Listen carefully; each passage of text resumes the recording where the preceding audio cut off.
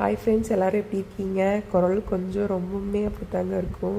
நான் போன வாரங்களே சொல்லியிருந்தேன் கொஞ்சம் கோல்டுன்னு. இது பார்த்திங்கன்னா ஆதிரனோட பர்த்டே அன்னைக்கு எடுத்த விலாகுங்க.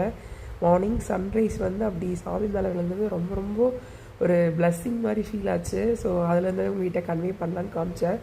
சாரை எழுப்பி அனுப்புறதுக்குள்ளே ஒரு பெரிய மலையே முடிச்ச மாதிரி இருந்துச்சுங்க.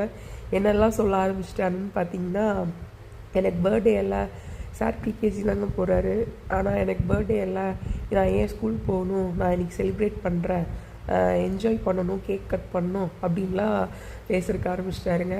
அவர் ஒரு வழியாக சமாதானப்படுத்தி ஸ்கூலுக்கு போயிட்டு வந்தாருங்க. ஸ்கூலுக்கு போயிட்டு வந்தோடனேயுமே 3 o'clock ஆட்டம் ஹஸ்பண்ட் வந்ததுக்கப்புறம் ஆஃபீஸ்லேருந்து நான், ஆதிரன், ஹஸ்பண்ட் 3 பேரும் எங்களோட குலதெய்வ கோயிலுக்கு போயிட்டு வந்தோம். இதுதாங்க எங்கள் குலதெய்வம். நான் உங்கள்கிட்ட ஃபஸ்ட்டே சொல்லியிருப்பேன், முதலே காமிச்சிருப்பேன் எங்கள் குலதெய்வத்தை.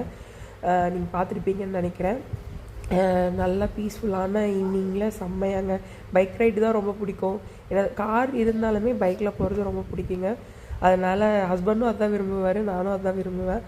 அதனால் ஜாலியாக போயிட்டு வந்துட்டு அப்புறம் பக்கத்தில் இருக்கிற குட்டீஸ் எல்லாத்தையுமே கூப்பிட்டு அவர் ஆசைப்பட்ட மாதிரியே கேக் கட் பண்ணோம். எங்களோட இவங்கெல்லாம் தாங்க நாங்கள் சொல்லியிருக்கோம்ல, எங்கள் ஊரில் எது நடந்தாலுமே எல்லோரும் சேர்ந்து தான் பண்ணுவோம் அப்படின்ட்டு. ஸோ இதெல்லாம் தாங்க எங்கள் ஊரில் இருக்கிற அத்தனை பேர்த்தையும் கூப்பிட்ருந்தாங்க. அப்புறம் அப்பா அம்மா வந்திருந்தாங்க. அப்புறம் எல்லோரும் சேர்ந்து அந்த அன்றைக்கி டே வந்து பார்த்திங்கன்னா இப்படி தான் போச்சு. ரொம்ப என்ஜாய் பண்ணி அது என்னோடய பர்த்டேவை நல்லாவே செலிப்ரேட் பண்ணோம்.